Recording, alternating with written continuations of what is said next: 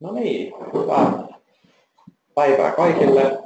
Eli tervetuloa Westermon ensimmäiseen webinaariin täällä Suomen puolella. Tänään me käsitellään IP-verkkoja. Aiheena oikeastaan teolliset verkot täällä puolella. Mä olen Martti Myllyntaus, mä vastaan myynnistä meillä Suomessa ja kollegani Patrik Westerlund vastaa sitten teknisistä aiheista. Hän vetää tämän esityksen tänään. Me tullaan käyttämään aikaa semmoinen 20-25 minuuttia. Sen jälkeen me vastataan mielellään teidän kysymyksiin, mitä voitte laittaa meille tuonne Western Formiin. Ja myöskin muistakaa, että totta kai me jälkikäteen käydään niitä läpi. Eli saatte tällaisen lomakkeen. Ja sitten te saatte tietenkin jälkikäteen tästä vielä linkin. Eli tämä esitys on katsottavissa myös myöhemmin, jos ette nyt livenä pääse sitä näkemään. Eli ei muuta kuin tervetuloa kaikille.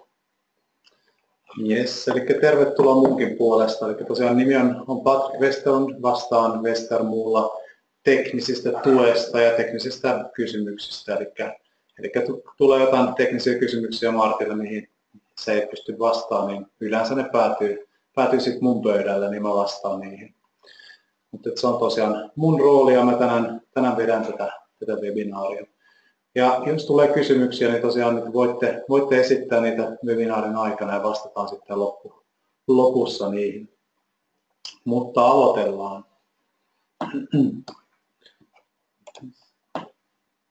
Eli agendana tänään tosiaan niin IP-pohjaiset teolliset verkot, eli Layer 2 redundanssia, Ethernet kierretyllä parikaapelilla, eli puhutaan vähän siitä tekniikasta, miten se toimii, mitä siitä voidaan odottaa ja muuta.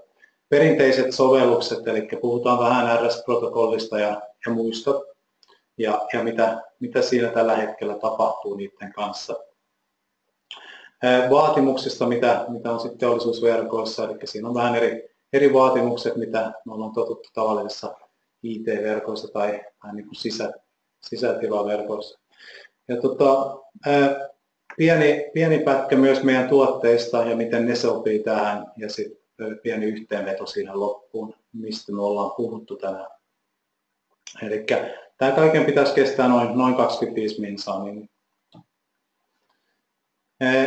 vähän ensin verkosta ja miten me nähdään se, eli siinä kuvan keskiosassa lukee Core Network, eli se on yleensä se verkko, mitä teillä on konttorin sisällä tai se on niin kuin yrityksen verkko. Yleensä toimittajana siinä voi olla HP tai Cisco tai Juniper tai joku muu näistä isoista taloista. Yhteistä näillä on yleensä se, että ne on sisätiloissa, siellä on hyvin hoidetut olosuhteet, eli siellä on jäähdytystä ja muuta, jos on tarvetta niissä servereille. Missä me sitten liikutaan, niin on täällä Edge-puolella, eli verkon ulkoreunoissa, missä on sitten huonommat olosuhteet, eli siellä voi olla märkää, siellä voi olla kylmää, lämmintä ja muuta. Eli siellä me sitten taas viihdytään. Nämä on yleensä kriittisen tärkeitä sovelluksia, eli jopa yhdyskuntakriittisiä sovelluksia, missä meidän tuotteet käytetään, eli ne pitää toimia aina 24/7. Eli ei voi olla niin, että kytkin muuttaa itsensä 3 tunnin välein tai jotain muuta, niin se ei ole koskaan hyväksyttävää näissä järjestelmissä. Tässä on muutama esimerkki siitä, mitä se voisi olla, eli vesi- ja viemäriprosessiautomaatio ja muu. Eli tyypillisesti toimintoiminta toimii vuodesta vuoteen. Joo, kyllä. Ja pitää aina olla toiminnassa, eli näihin pitää pystyä luottaa, että toimii. Sitten hypätään suoraan tuohon Layer 2 redundanssiin. Eli usein kun puhutaan näistä kriittisistä verkoista, niin ne vaatii jonkinlaista redundanssia. Eli sen pitää olla enemmän kuin yksi tapa ottaa yhteyttä johonkin pisteeseen tai johonkin mittalaitteeseen tai jotain muuta. Ja usein puhutaan renkaista. Meillä on oma protokolla siihen, FRNT, joka on rengasprotokolla. Hyvä siinä on se, että mitä on siinä niin kuin ominaisuuksien kannalta parempaa kuin monella muulla rengasprotokollalla se, että se on nopeampi kytkeytyä sitten eri reittiä. Eli se puhutaan noin 20 millisekunnin ajasta, milloin se kytkeytyy toista reittiä. Eli yleensä sitä ei edes huomaa ja monet järjestelmät ei huomaa tämmöistä pientä viivettä siinä kommunikoinnissa. Tapahtuuko tämä silloin, jos menee vaikka johto poikki tai? Joo, eli tämä on yleensä se, että kaivetaan vaikka kuitu poikki tai on jokin muu syy siihen, että miksi se linkki on alhaalla. Se voi olla vähän aikaa tai sitten se voi olla just tämmöinen isompi, että joku on kaivannut poikki jotain.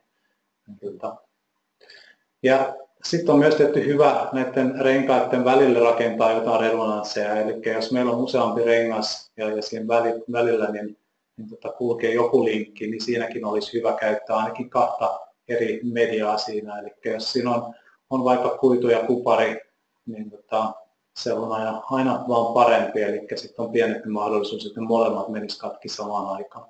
Mutta käyn näitä läpi vielä muutamassa slaidissa tässä nämä eri mediat, eli DSL-kuitu ja tavallinen Ethernet.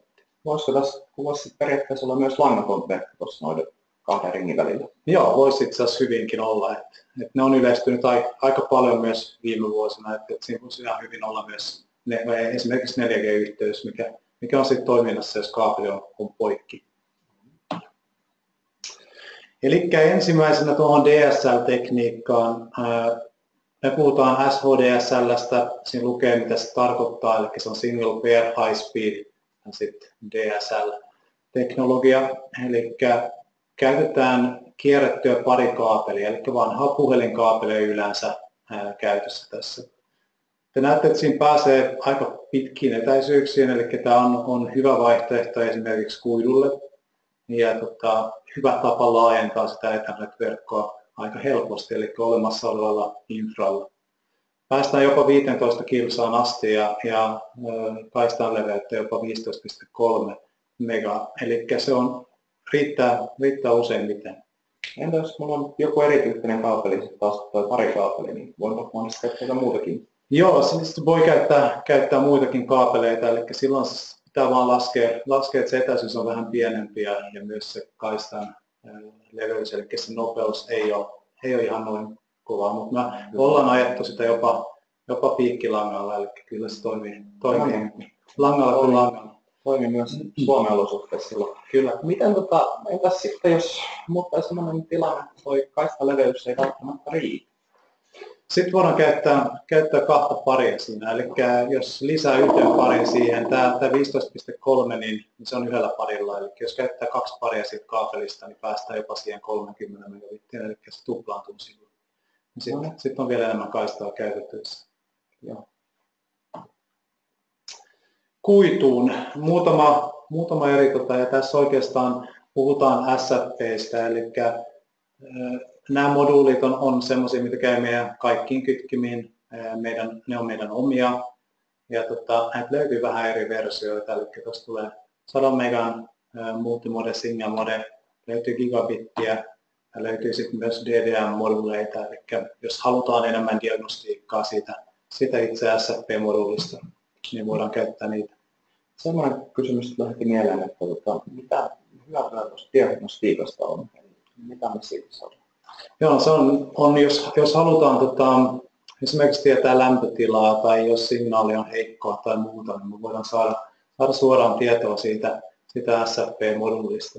Eli päästään vähän syvemmälle siihen, että missä se ongelma voisi piileksiä. Ja myös nähdään se, että nopeammin, että onko siinä mahdollisuus, että se on menossa rikki tai muuta, niin se ehkä lämpiää siitä tai jotakin muuta. Entä sitten sellainen tilanne, että mä tiedän, että asiakkaat, heillä on ehkä mahdollisesti muidenkin valmistajien moduuleja käytössä, niin mikä meidän tilanne silloin on, että voidaanko niitä käyttää vai? Joo, ja nämä on kyllä standardisoitu sillä tavalla, että niitä voi käyttää. Se laitteet tai kytkimet, niin siinä tulee kyllä varoitus ikkuna auki, eli ettei nyt käytetä Westermoon moduuleita. Ja mihin se vaikuttaa on oikeastaan se, että me ei pystytä lupaa niitä pituuksia ja nopeuksia, mitä sit niissä moduuleissa lukee, koska ne ei ole testattu meidän laitteelle. Ja sitten meillä on myös ongelma siinä, että mitä tulee takuasioihin, eli jos on pistetty jonkun muun SFP meidän kytkimeen kiinni, niin me ei voida taata, että se ei olisi tehnyt jotain halua sillä kytkimellä. Kyllä, eli laatu ei välttämättä ole sitten sama. Niin, kyllä. Eli kannattaa miettiä 2 kertaa ennen kuin säästää 10 siinä SFP-valinnassa. Kyllä. Muutama sana kuidusta, eli niin, että ne, jotka käyttää kuitua päivittäin tai on tekemisissä, niin tietää nämä asiat, mutta nämä on hyvä kuitenkin muistaa. Eli multimode ja single mode on ne kuidut, mistä tässä yleensä puhutaan. Ja multimodessa kulkee monta signaalia, se ydin on aika iso siinä, eli ne pomppii edestakaisin siinä seinissä ja vääristyy pitkällä matkalla. Eli yleensä multimode-kuidussa niin se matka on vähän lyhyempi, millä se pystyy käyttämään. Single modessa taas niin se kulkee, yksi signaali kulkee siinä keskellä itse ydintä ja se on yleensä lasersignaali single modessa ja sitten LED multimodessa. Eli single mode kuidussa päästään aina pidempiä matkoja. Miten näistä, niin osaatko sanoa, että kumpaa tänä päivänä käytetään enemmän jo? Koska niin kun tästä päätellen, niin multimodesta ei ole välttämättä mitään hyötyä single moden nähden. Niin, ja aikaisemmin oli niin, että oli paljon enemmän multimode-kuitua siellä asennettuna. Ja vieläkin niin vanhoissa applikaatioissa me käytetään paljon multimodea, koska sitä on ollut siellä. Single mode on tullut nyt viime vuosien aikana ja voisi sanoa, että se on niin yleisin tänä päivänä, että jos rakennetaan uutta, niin valitaan melkein aina single mode. Päätelaitteet on sen verran halvempia tänään, eli SFP-moduuli ei maksa paljon enemmän, vaikka se on single modeen tarkoitettu, niin ihan siitä syystä. Yleensä se on vahvempi signaali ja sitten on vähemmän häiriötä. Kyllä.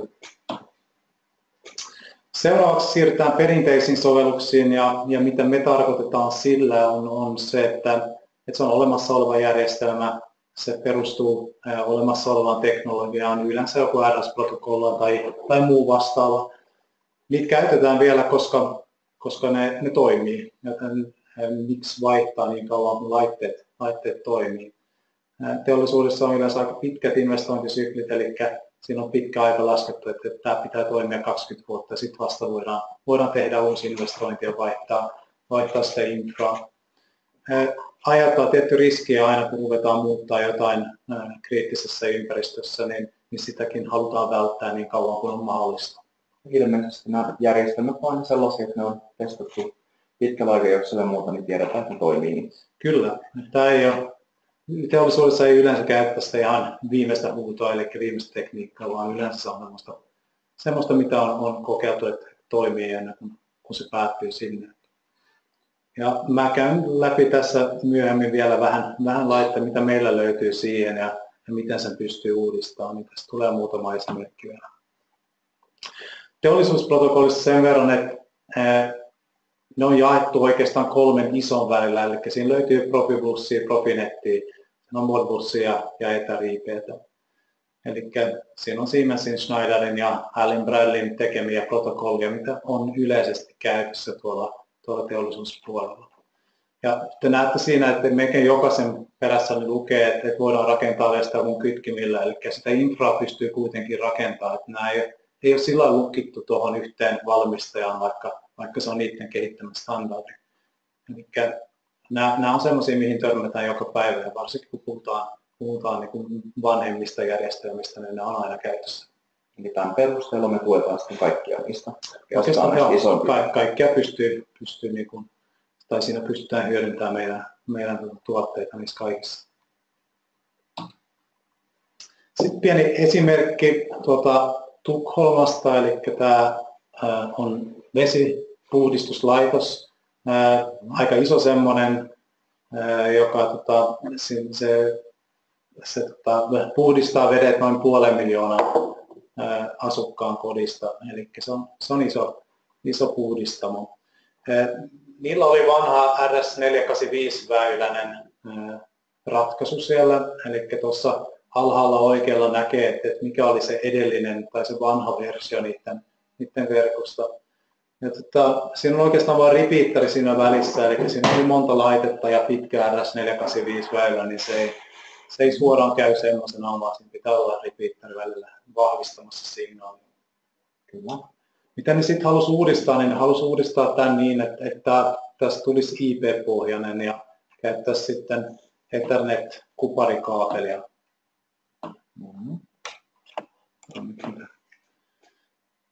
Silloin ne käytti meidän Lynx DSS-serveriä, eli siinä kutsutaan sitä serial server nimellä, koska siinä on suoraan sarjaportti, eli voidaan liittää siihen RS232, 485 ja niin edelleen kiinni suoraan, eli pystytään käyttämään niitä samoja vanhoja päätelaitteita, mutta niiden välissä sitten kulkee Ethernet-väylä.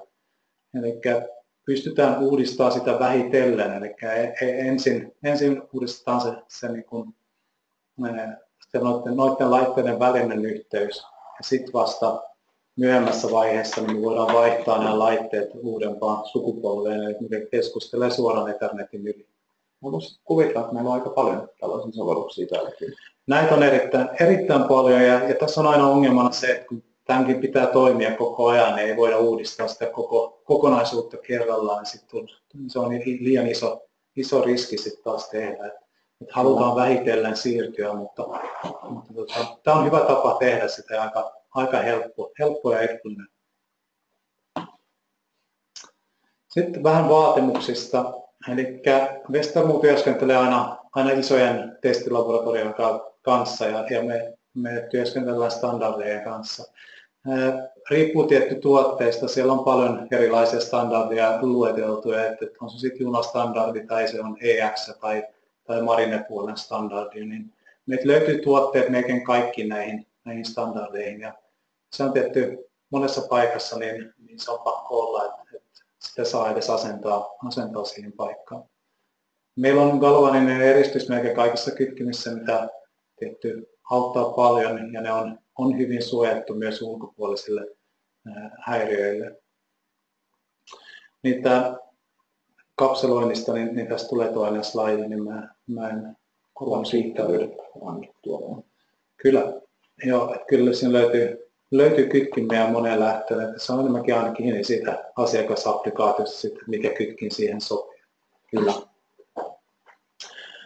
Sitten aika usein törmää semmoiseen lyhenteeseen kuin MTBF, eli Mean Time Between Failure. Tässä käytetään aina MIL-standardeja Westermolla, eli me ollaan todettu, että se sopii parhaiten teollisiin sovelluksiin. Ja tuotteet on aina testattu MIL-standardin mukaisesti ja me pyrimme aina ylittämään sen 500 000 tunnin rajan. Aika monet tuotteet on yli 1 000 000 tunnin, mutta vähintään se 500 tuntia, niin pyritään tässä täyttämään.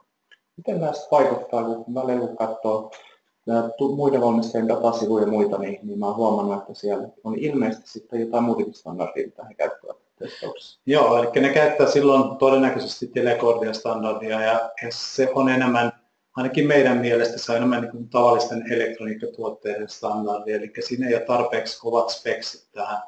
Eli me halutaan, että meidän tuotteet oikeasti toimii niissä ympäristöissä, mihin me niitä myydään. Ja silloin me käytetään sitä MIL-standardia, kun se sopii paremmin. Eli niitä ei pysty suoraan vertaamaan toisiinsa, koska MIL-standardi on kaikin puolin niin tiukempi. Eli pumpiarvo ei voi suoraan verrata. Ei voi suoraan standardiin. Joo. Kytkimet on yleensä metallikoteloissa. Meiltä löytyy muutamia muovisiakin versioita, mutta Lynx, joka on se meidän eniten myymä kytkin, mikä näkyy myös tuossa kuvassa, on markkinoiden kompaktein kytkin. Ja siinä pitää vielä lisätä se, että se on IP40, eli siinä ei ole mitään tuuletusreikiä tai muuta sellaista. Löytyy pienempiä kytkimiä markkinoilta, mutta sitten ne ei ole tuon luokituksen. Eli tuossa sallitaan mun mielestä, onko se millin reikä tai jotakin muuta siinä kapseloinnissa, eli siinä ei tosiaan voi olla mitään tuuletusreikiä. Miten se jäähdytys toteutuu, että ei se ylikuumene, eli onko se jotain tuulettimia sisällä vai? Siellä ei ole mitään liikkuvia osia, eli siinä on niin passiivinen jäähdytys siinä laitteessa ja komponentit on oikeastaan vaan valittu niin, että ne generoi mahdollisimman vähän lämpöä ja sitä myöten niin pystytään hanskaamaan myös se lämpötila siinä kytkimen sisällä. Silloin se ilmeisesti vaikuttaa myös energiatehokkuuteen. Kyllä, eli tämä on myös energiapihin kytkin markkinoilla, eli se vaikuttaa myös suoraan siihen. Eli jos syö enemmän virtaa, niin myös yleensä lämpiää enemmän. Totta. Tässä tullaankin näihin ympäristöspesifikaatioihin, eli lämpötiloihin. Kaikki meidän kytkimet niin täyttää tietysti teollisuuden standardit, eli -40 +70 asti. Ja näitä pitää myös pystyä silloin käynnistämään siinä -40, eli se ei ole pelkästään käyttölämpötila, vaan se on myös käynnistyslämpötila. Ja tosiaan nämä on tarkoitettu, että se lämpötila voisi olla niin vaikka vuoden ympäri, että toimii siinä.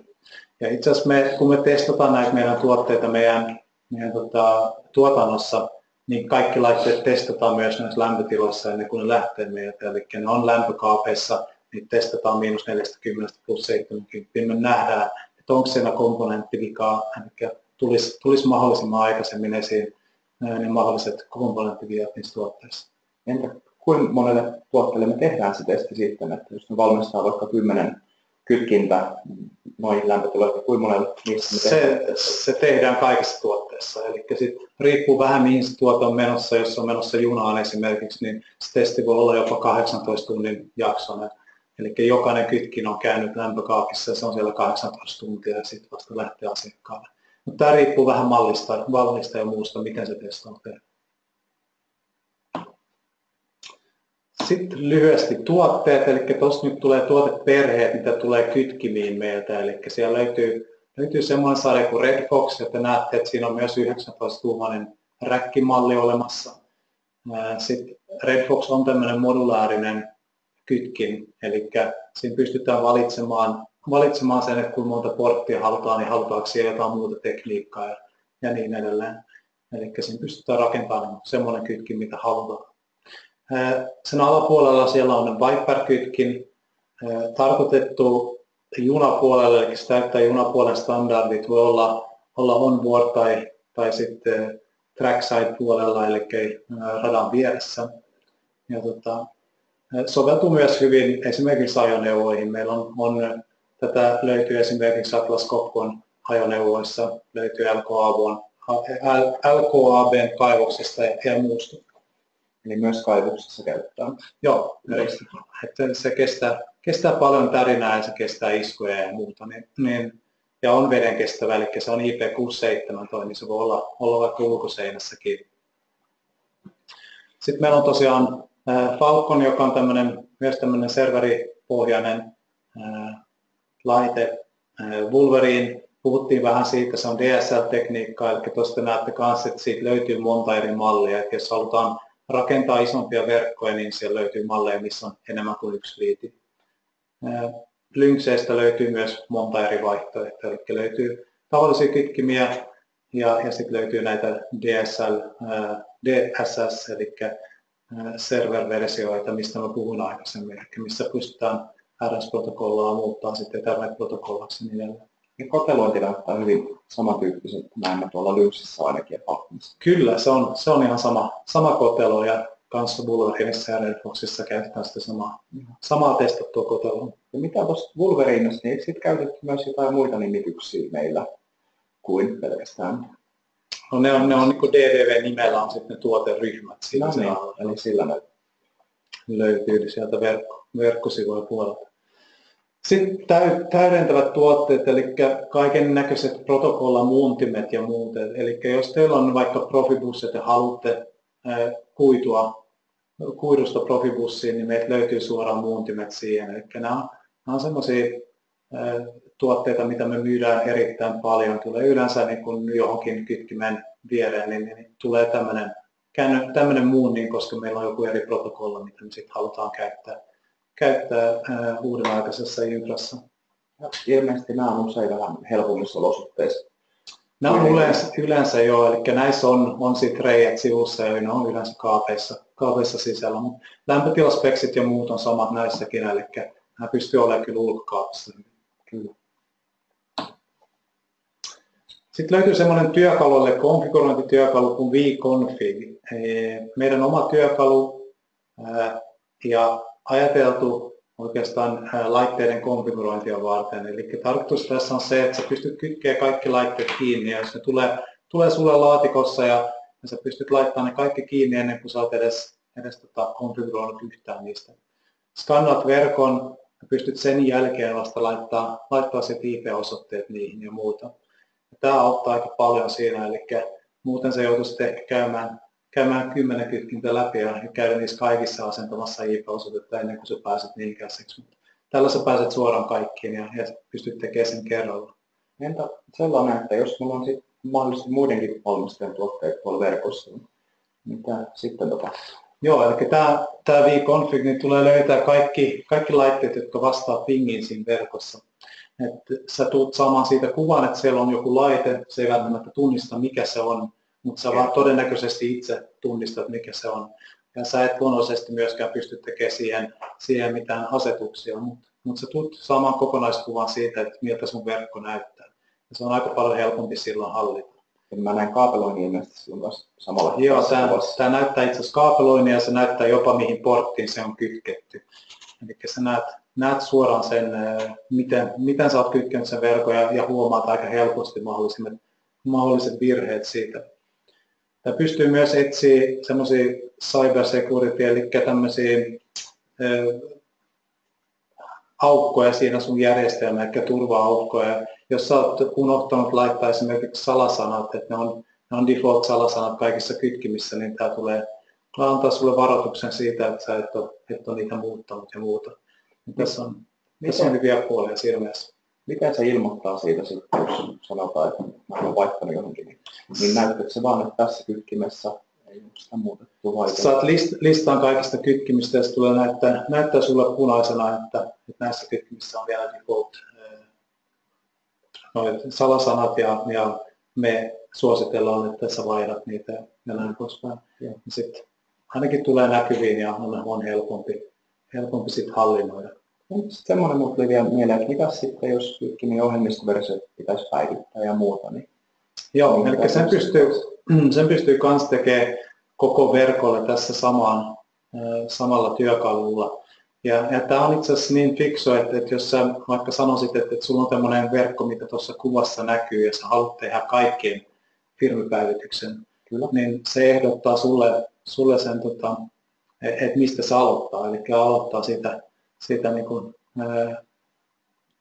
siitä oikealta puolelta oikeastaan. Joo, loogisimmasta. Eli niin, että se ei menetä yhteyttä niihin muihin kytkimiin. Se pystyy myös valitsemaan sen järjestyksen, millä se tehdään.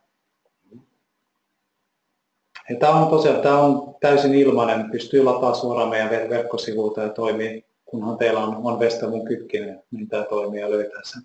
Pystyykö tästä käyttämään jotain demoa, jos ei ole vielä tutustunut meidän kytkimiin ja ohjelmistoon, niin pystyykö tästä silti lataamaan joku demon? Tässä ei ole oikeastaan demo olemassa, eli tässä tarvitsee kytkimen. Tämä ainoa, millä se tässä pystyisi niin periaatteessa on se, että on niin projekti olemassa aikaisemmin, niin se pystyy avaamaan sen uudestaan tällä työkalulla ja muuta. Kyllä. Ja sitten tämä on enemmän nyt ehdotus siitä, mitä seuraava webinaari voisi sisältää, ja otetaan mielellään vastaan kommentteja siitä, että mistä aiheesta te haluatte, että me puhutaan tästä. Mun ehdotuksessa on sitten Layer 3 toiminnot VIOS-järjestelmässä, eli puhutaan vähän enemmän routingista ja muusta järjestelmissä, mutta tosiaan tämä on pelkkä ehdotus, eli tästä saa antaa kommentteja jälkeenpäin. Joo, tosiaan niin kommentteja voi antaa tietty nyt kysymyskenttään, tai sitten voi myös olla myöhemmin yhteydessä. Eli me mennään sen palautteen mukaan, mitä me saadaan, niin siinä se on. Voin vielä tehdä pienen yhteenveto tässä, niin katsotaan sitten sen jälkeen, että onko tullut kysymyksiä.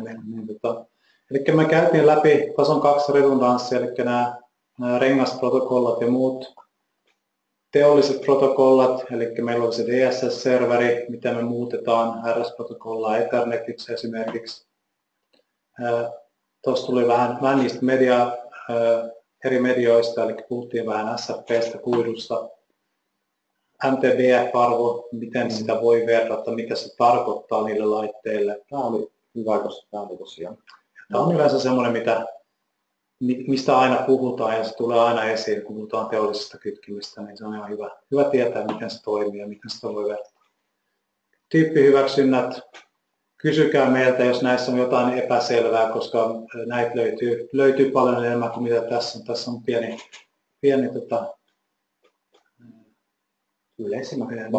yleisimmät ollaan tässä. Sitten se riippuu aina kytkimestä, että on paljon erikoiskytkimiä, missä on erikoisia vaatimuksia. Ja sitten BIOS, mikä on meidän oma käyttöjärjestelmä käytössä kaikissa meidän tuotteissa, eli ne näyttäisi kaikki samanlaisilta, kun niitä käyttää. Minkä pohjalta järjestelmä on rakennettu, eli mikä tässä on? Se on oikeastaan Linux-pohjainen ja syy siihen, miksi me halutaan, että se on meidän oma, on se, että me pystytään silloin myös tukkimaan esimerkiksi turvaukkoja ja muuta hyvin nopeasti, koska meillä on se omassa talossa koko kehitys tuolle BIOSelle. Entä auttaako tämä jotenkin mua, jos mulla on monta eri kytkintä, niin auttaako tämä sitten tätä käyttöjärjestelmää mua jotenkin siinä kautta, että onko se aina erinäköinen sitten vai? Ei, se on aina samannäköinen, eli se on hyvä siinä. Eli jos kytkimessä on eri ominaisuuksia, niin sitten se ominaisuus on poistettu toisesta, mutta muuten se näyttää aina samanlaiselta se käyttöliittymä ja muuta, niin se auttaa siinä. Eli toimii samalla tavalla. Kun mä osaan käyttää yhtä, niin sitten mä periaatteessa saan käyttää muuta. Kyllä, sitten jo ei oikeastaan väliä mallilla. Kyllä. Ja se oli oikeastaan se, mitä mulla oli tähän hätään, että jos tulee vielä jotain kysymyksiä, niin...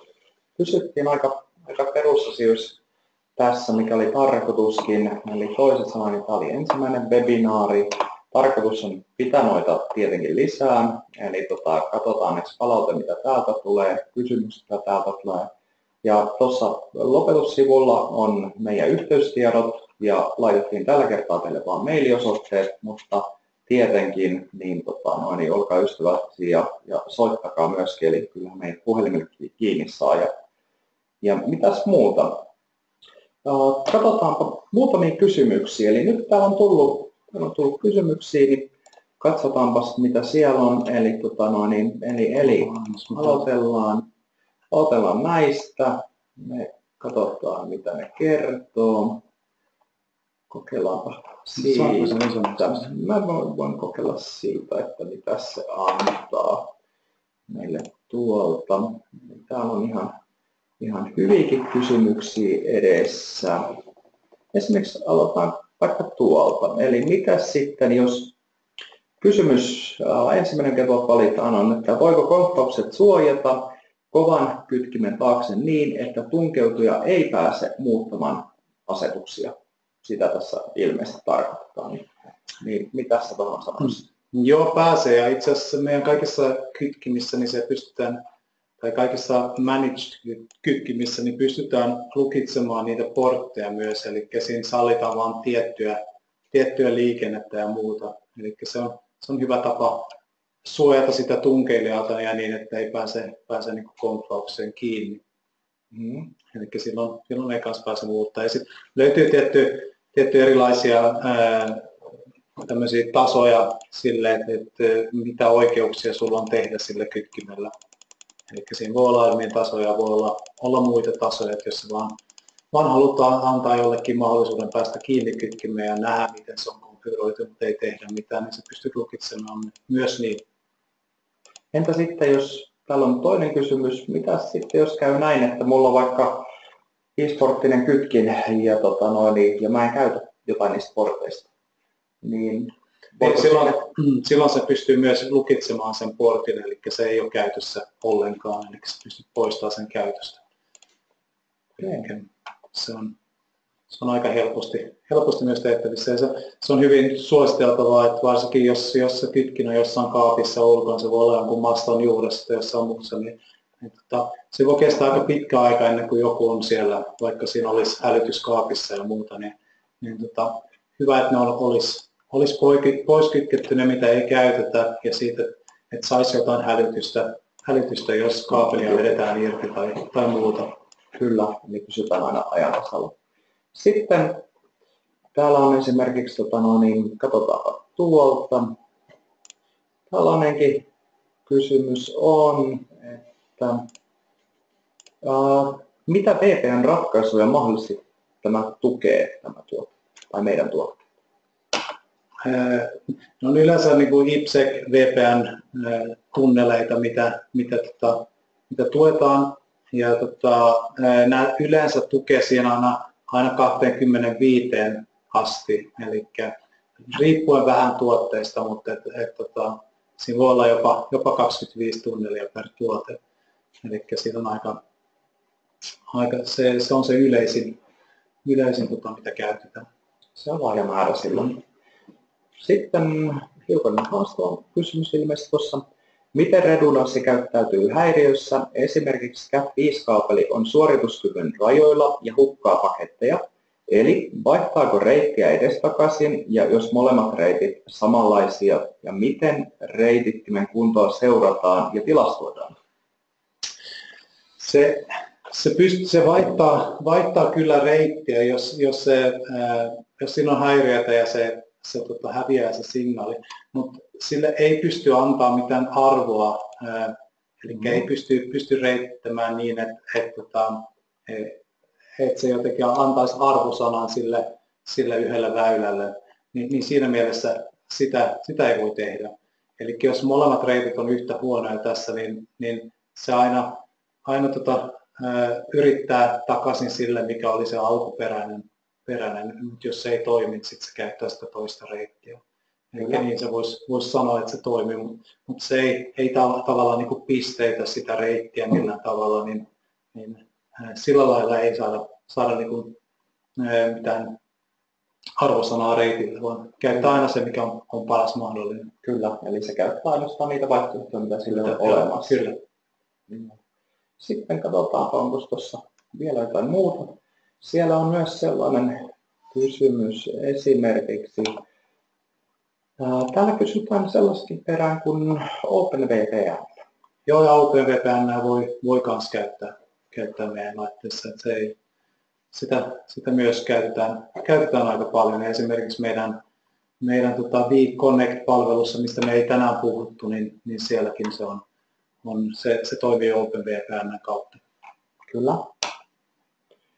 Silloin täällä on kysymyksiä vielä aika reippaasti, mutta mä luulisin melkein, että aikataulun vuoksi niin ollaan ilmeisesti käytetty se aika pikkuhiljaa, mitä ollaan luvattu. Ja kuten sanottiin, niin mielellään olkaa yhteydessä, mailatkaa kysymyksiä, kertokaa mistä haluat kuulla lisää. Ja sitten sen lisäksi tietenkin niin mielellään tullaan sinne paikan päällekin keskustelemaan teidän kanssa asioista. Mutta mä toivon, että tämä on antanut teille ainakin hyvän pohjan näihin perusasioihin. Eli kiitokset omasta puolestani kaikille, jotka olivat mukana. Ja palataan ensi vuoden puolella näihin seuraaviin webinaareihin ja toivottavasti saadaan teidät mukaan siihen. Kiitos. Kiitoksia.